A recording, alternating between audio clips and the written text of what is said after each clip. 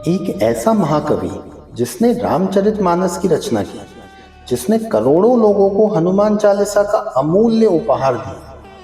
जब वह अपनी रचना आरंभ करता है तो अपने ज्ञान का नहीं, अपनी भक्ति का भी नहीं, बल्कि स्वयं को बुद्धिहीन कहकर आरंभ करता है। लेकिन क्यों?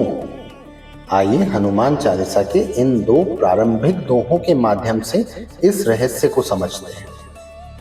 श्री गुरु चरण सरोज रज निज मन मुकुर सुधारी, बरनउँ रघुबर बिमल जसु जो दायकु फलचारी।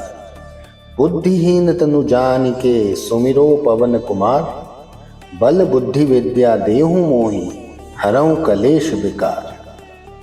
तुलसीदास जी कहते हैं, मैं अपने गुरु के चरण कमलों की धूल से अपने मन रूपी दर्पण को स्वच्छ करता हूँ और फिर भगवान श्री राम के निर्मल यश का वर्णन करता हूँ, जो मनुष्य को धर्म, अर्थ, काम और मोक्ष इन चारों पुरुषार्थों की प्राप्ति कराता है। इसके बाद वे अत्यंत विनम्रता से पवन पुत्र हनुमान का स्मरण करते हुए प्रार्थना करते हैं, हे हनुमान जी, मैं स्वयं को बुद्धिहीन मानकर आपकी शरण में आया हूँ। मुझे बल, बुद्धि और विद्या प्रदान कीजिए तथा मेरे सभी क्लेशों और मन के विकारों को दूर कीजिए। लेकिन इन दो दोहों का सबसे सुंदर पक्ष केवल उनका अर्थ नहीं, बल्कि उनका क्रम है। सोचिए, यदि तुलसीदास जी चाहते तो वे सीधे भगवान श्री राम की महिमा का वर्णन आरंभ कर सकते थे। वे सीधे हनुमान जी की स्तुति भी कर सकते थे, लेकिन उन्होंने ऐसा नहीं किया।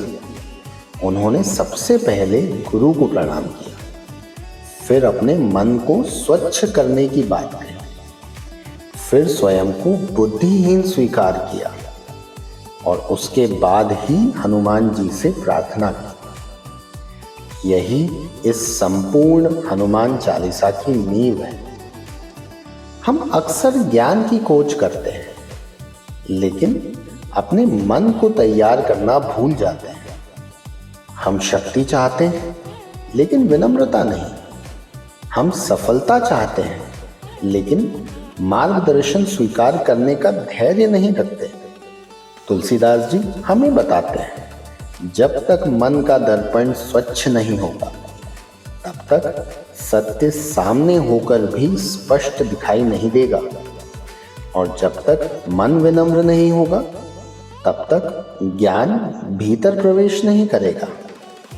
शायद यही कारण है कि हनुमान चालीसा की शुरुआत पराक्रम से नहीं, विनम्रता से होती है, शक्ति से नहीं, प्रार्थना से होती है, और ज्ञान के प्रदर्शन से नहीं, गुरु के चरणों में समर्पण से होती है। विदा लेने से पहले एक प्रश्न, जब आप हनुमान चालीसा का पाठ करते हैं तो इन दो दोहों में आपको सबसे अधिक कौन सी बात स्पर्श करती है? गुरु का स्मरण, मन की शुद्धि, या बुद्धिहीन तनु जानिके की विनम्रता?